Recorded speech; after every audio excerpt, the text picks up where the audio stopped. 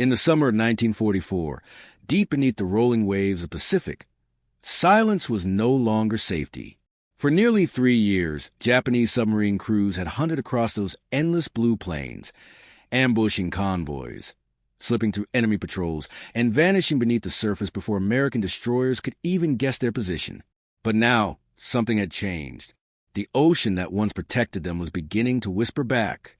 Japanese sonar operators began hearing sounds they had never heard before, high-pitched pings that echoed faintly through the depths, too regular, too mechanical, too precise to be nature.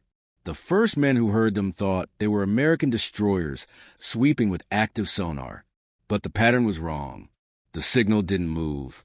It stayed fixed, stationary, like a marker. At first, they ignored it. They had to. There was no instruction manual for this new kind of war. But within weeks, multiple Japanese submarines reported the same strange sound, same tone, same rhythm.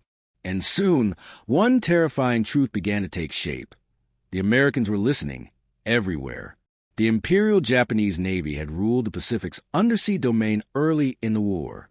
Their submarines had stalked the shipping lanes near Australia, the Indian Ocean, even the west coast of America. They were sleek, long-range, and deadly. The Type B-1 class could travel over 14,000 miles without refueling. Some carried reconnaissance aircraft in watertight hangars, small float planes that could be assembled and launched for scouting missions. But as the tide of war turned, their advantage began to evaporate. The United States had learned from its early mistakes. New radar and sonar systems were being installed on nearly every destroyer, escort carrier, and patrol aircraft. The once invisible ocean was slowly becoming transparent. Still, Japan's submariners believed they could adapt. They had always relied on stealth, on silence, and on knowing the terrain of the sea better than anyone else. They studied ocean currents, thermoclines, and salinity layers, natural phenomena that could bend and distort sound waves. If an American sonar pulse hit one of those layers, it could be deflected, giving a submarine a chance to slip away unseen. But then, around 1944, something far more disturbing began happening. U.S. aircraft started dropping small cylindrical objects into the sea. The Japanese called them sea ears. They would float for hours, sometimes days, broadcasting strange signals underwater. No one knew exactly what they were doing. The truth was far more advanced than the Japanese could imagine. These were sonobuoys, a brand new American invention that turned the ocean into one massive listening post. For decades, sound had been both the hunter's weapon and his weakness. Underwater, sight meant nothing. Sound meant everything. A submarine could hide from radar, but it could never hide from the ripples of noise it made moving through the water. Propeller vibrations, machinery hum. Even a careless metal tool dropped inside the hull could give away its position. The Americans had learned that lesson painfully in the Atlantic, battling German U-boats. By 1944, they had turned those lessons into science.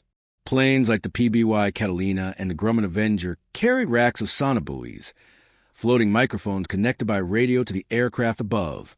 When dropped in patterns, they formed invisible nets across vast stretches of sea. The moment a submarine moved or its engines throbbed, the buoys heard it, and the aircraft could strike. The Japanese didn't know this technology existed. Their crews had no training to understand what they were hearing. When they first intercepted the signals, they assumed it was some kind of sonar beacon, something meant to confuse them or drive them off course. They didn't realize it was already too late, that the Americans were listening to every movement of their propellers in real time. One Japanese commander, Captain Nakagawa, the I-176, wrote in his war diary that the sea has become haunted. He described ghost signals that appeared even in deep water, pings that followed his submarine for hours. Sometimes, he said, they would change in pitch as if alive. His crew grew restless. Some began to believe the Americans had created a weapon that could hear thoughts. It wasn't superstition, it was fear. The fear of the unseen. In Tokyo, naval scientists tried to make sense of the reports. They built underwater listening stations off the coast of Japan to capture the same sounds. When they finally recorded one of the signals, they realized it wasn't random.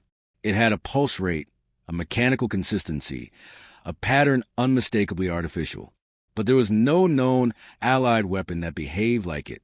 Meanwhile, Japanese submarines were disappearing at an alarming rate. Between 1943 and 1945, more than 100 were lost. Many vanished without even sending a distress signal. It was as if the ocean itself had turned against them. The shift was so sudden, so absolute, that even the most experienced captains were baffled. Submarines that once slipped beneath U.S. convoys now found destroyers and patrol aircraft waiting for them in ambush. It was as though the enemy knew exactly where they'd be days before they arrived. By late 1944, Japan's undersea fleet was being hunted mercilessly. The Americans had mastered a deadly triangle detection: radar from the sky, sonar from the sea, and now sonobuoys scattered across the surface like invisible mines. When a submarine surfaced to recharge its batteries, radar picked it up. When it dove to hide, sonar and buoys found it.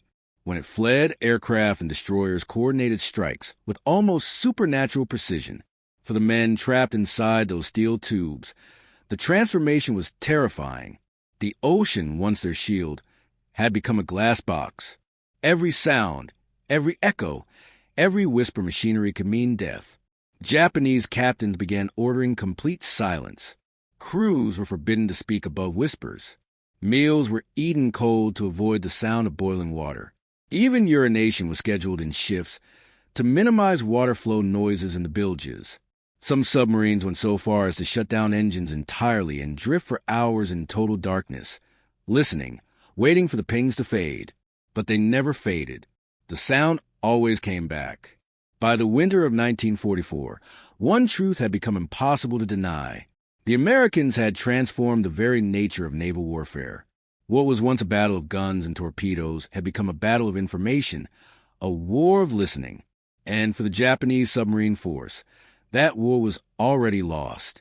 In the weeks ahead, a few desperate crews would try to fight back, attempting to capture or destroy one of the mysterious American sea ears. But what they found when they finally retrieved one from the waves shocked them to their core and confirmed their worst fear. The ocean was no longer theirs. The Sonobuoy the Japanese recovered was unlike anything their engineers had ever seen. It was small, barely the size of a depth charge, but inside was a tangle of miniature circuitry, a battery pack, and a slender microphone capsule suspended like an eardrum in the middle of the device. It was simple yet brilliant, and most frightening of all, it worked. When the engineers tested it in a harbor near Yokosuka, they heard everything: the churning of engines from ships miles away, the echo of waves against concrete, even the faint hum of a distant generator beneath the docks.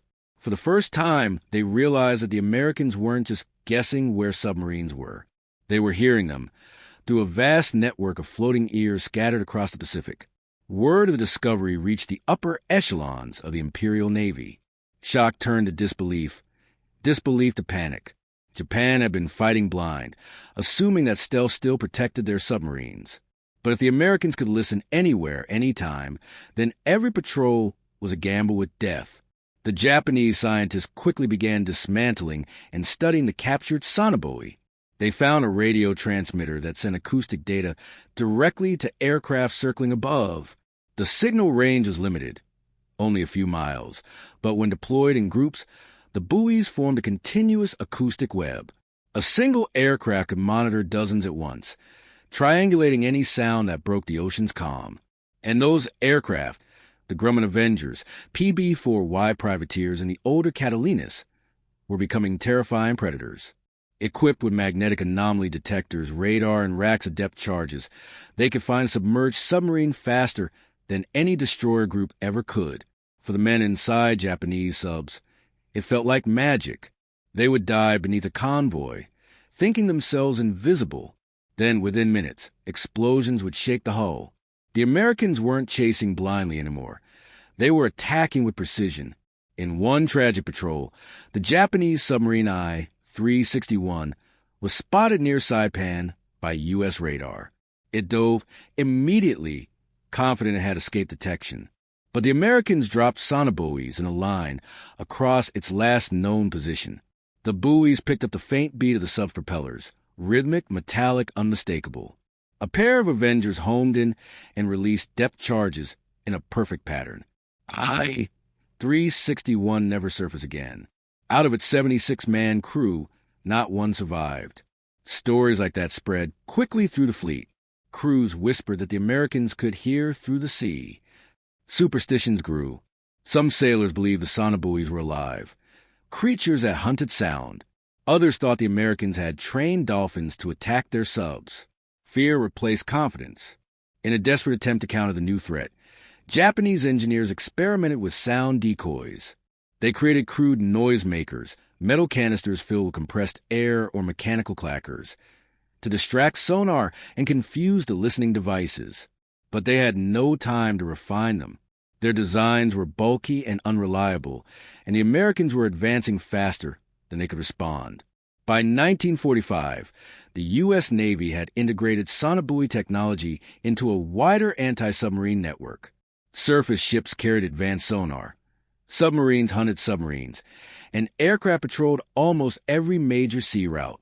The Japanese undersea force was being hunted from all directions. One of the most remarkable things about this turning point was how quietly it happened. There were no great sea battles to mark the moment, no Midway, no Coral Sea. The war beneath the waves changed invisibly, with signals and echoes instead of bombs and bullets. The Japanese submarine fleet was being erased one silent loss at a time. To the outside world, it went almost unnoticed. But for the men inside those narrow steel tubes, the change was absolute. They began to dread the ocean's stillness. In the old days, silence meant safety. Now, it meant the enemy was already listening. An American sonar operator once described it as fishing in the dark with light turned on underwater. He said, "We could hear them breathing." It wasn't an exaggeration. In calm conditions, a trained sonar man could detect the faint pulse of a submarine's engines from over 10 miles away. For the Japanese, that kind of precision was unimaginable. Their sonar systems were primitive, designed more for navigation than detection. They relied on passive hydrophones that required a human operator to interpret faint noises by ear. Against the Americans' automated Sonobuoy networks, they were hopelessly outmatched. And yet, the Japanese submariners kept fighting. They launched daring missions even as their odds worsened. Some submarines carried suicide torpedoes called Catons, human-piloted explosives meant to ram enemy ships. It was a reflection of their desperation. If they could no longer hide beneath the sea, they would turn their submarines into weapons themselves. But even these desperate measures could not turn the tide. The Americans had turned the Pacific into a monitored grid. They dropped thousands of sonobuoys per month, each one capable of listening for hours. And unlike a destroyer or a patrol ship, a buoy didn't tire, didn't drift, didn't make noise. It just floated, silent, patient, and deadly. One fascinating detail often overlooked in this story is how revolutionary those early buoys really were. They represented the first step toward what would later become the Cold War's vast underwater surveillance systems. Every modern sonar network, every submarine detection line across the Atlantic or Pacific, traces its origins to those fragile little cylinders dropped from wartime aircraft. In a way, the Sonobuoy didn't just change the war, it changed the ocean itself. Before, the sea was a frontier of mystery. Now it had ears. Back aboard Japanese subs, the psychological impact was devastating. Many veterans later recalled the claustrophobic terror of listening to the rhythmic pinging of nearby sonar, unsure whether it came from a destroyer, an aircraft, or one of the mysterious floating devices. They could hear the ocean calling back, and every echo sounded like doom. One sailor from the I-48 later said, "It felt as if the ocean had turned against us. The silence that once protected us became our enemy." Even when they weren't under attack, tension ruled every moment. Men slept beside torpedoes, sweating in the stifling heat, knowing a single misstep could bring a wall of water crashing through the hull. Every sound was magnified: the creak of metal, the hiss of pipes, the whisper of a valve turning. And in the back of every mind was the same thought: they're listening. In the spring of 1945, one of the final Japanese submarine missions attempted to deliver supplies to the besieged garrison on Okinawa. The submarine I-366 made it within sight of the island before being detected by American aircraft. The crew heard the familiar pings from above, steady, distant, then closer, sharper. Within minutes, explosions ripped through the hull. Survivors who escaped the wreck later reported hearing a dozen voices in the sea, referring to the constant, overlapping echoes of the sonar and buoys that tracked them to the end. By then, the Japanese Navy had lost almost all capacity to wage undersea warfare. Their once proud submarine arm had been reduced to a handful of battered vessels hiding in home waters. The Americans controlled not just the surface, not just the sky, but the soundscape of the entire ocean. Every new technology, from radar to sonar to Sonobuoy, had combined to make the Pacific transparent. The age of stealth beneath the waves was over. Yet, even in defeat, there was a grim fascination among Japanese officers who studied what had happened. They realized the Americans had achieved something extraordinary. They had turned the ocean into an instrument. It could now be tuned, analyzed, and understood like music. Every submarine left a unique signature, a fingerprint of sound. And that realization, more than the bombs, more than the fleets, was what finally convinced many that Japan could not win the war. The seas they once ruled had become their graveyards. But the story didn't end there. Because one final mission, one desperate attempt to strike back against this invisible enemy, would lead to a confrontation that showed, without question, just how completely the balance of power beneath the Pacific had shifted. In the final months of World War II, as Japan's empire shrank and its navy lay shattered, a single submarine was given a mission so strange it bordered on the impossible. It was the I-401, one of the largest submarines ever built at the time, a behemoth capable of sailing around the world without refueling. Her assignment? To strike back against the Americans with a weapon unlike anything seen before. The plan was desperate but ingenious. The I-401 and her sister ship, I-400, would carry folded aircraft inside watertight hangars, IHM-6A Syren bombers, designed to be assembled and launched at sea. They were to sail across the Pacific, surface off the coast of the Panama Canal, launch their planes, and cripple the vital waterway that connected the U.S. Atlantic and Pacific fleets. If they could succeed, even for a few weeks, Japan believed it might buy time. Time to regroup, time to negotiate, time to survive. But the I-401 never got the chance. As she moved silently through the Philippine Sea in July 1945, the crew began to hear the same dreaded sounds, those rhythmic pulses echoing through the water. The pings were faint at first, like raindrops in the distance, but they grew sharper, faster, closer. The captain ordered a dive, slipping the massive sub beneath the thermocline, hoping the layer would scatter the American sonar beams. For hours they crept forward in near silence, engines barely turning, lights dimmed to red. But then came another sound. Not a ping this time, a distant hum, steady and mechanical. Sonobuoys. The Americans had laid a listening field directly in their path. Above them, a U.S. Navy patrol aircraft circled patiently, its crew staring at green blips moving across glowing screens. Each sonobuoy transmitted faint noises from the depths. The operator watched as the dots aligned, forming a pattern that could mean only one thing: a massive submarine, moving slowly, trying to hide. Within minutes, the aircraft dropped depth charges. The ocean thundered. Inside the I-401, the lights flickered, glass shattered, and men clung to the bulkheads as shock waves tore through the hull. Somehow, the submarine survived the first run. But the damage was done. One of the ballast tanks was leaking, and the engines were faltering. The captain knew the mission was over. The Americans had found them using invisible ears scattered across the sea. There was no escape. He surfaced under cover of night, destroyed his orders, and prepared to surrender. On August 29, 1945, the I-401 surrendered to the USS Segundo, a U.S. submarine that had tracked her using sonar and radar. The Americans were stunned by the sheer size of their catch, but even more fascinated by the technology she carried. Japan's dream of a secret counterstrike had ended not with torpedoes, but with sound.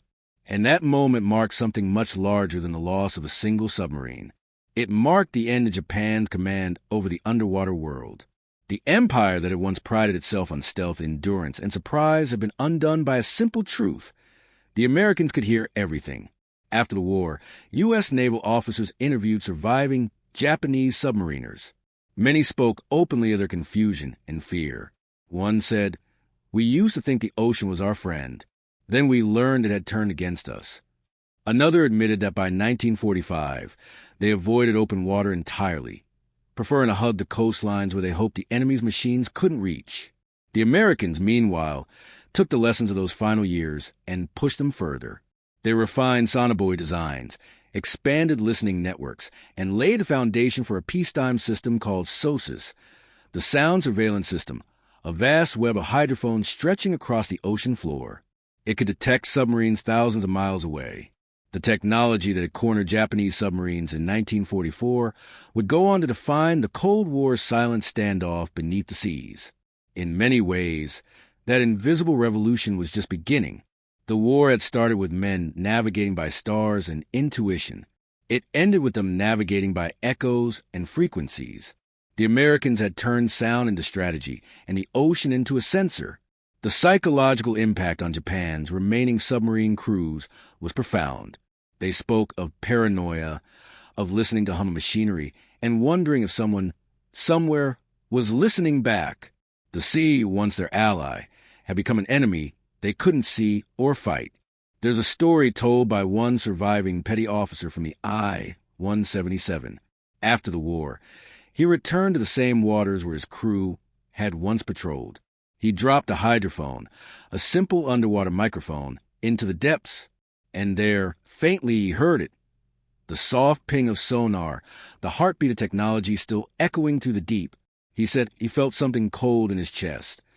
A realization that what had begun as a human war had become something else. A war of machines. The ocean itself had been weaponized. To understand how profound this shift was, imagine the change from swords to rifles, from horsemen to tanks. That's what the Sonobuoy did for undersea warfare. It redefined what it meant to hide, to hunt, to survive. No longer could a submarine rely on silence alone. From that point on, stealth became a science, a constant race between those who wanted to hide and those who wanted to hear. For Japan, that race ended in tragedy. In just 3 years, they lost nearly 130 submarines. Each one represented not just a crew, but a belief that skill and courage could overcome technology. But the war had moved beyond courage. It had entered the age of information. The Pacific that had once belonged to them, the vast, endless blue, had been divided, measured, mapped, and monitored. Every ripple told a story. Every vibration was a clue, and every whisper beneath the waves was captured by the enemy's ears. It's haunting to imagine what those last patrols must have felt like. The hum of the diesel engines fading into the deep, the claustrophobic silence, the fear of a ping echoing through the hull. For those men, the realization came slowly but unmistakably. They were no longer hunters. They were being hunted. And when the war finally ended, the submariners who returned home spoke less of victory or defeat, and more of the ocean itself. How it had changed, how it had betrayed them. One of them said, "We used to own the silence. Then the Americans stole it.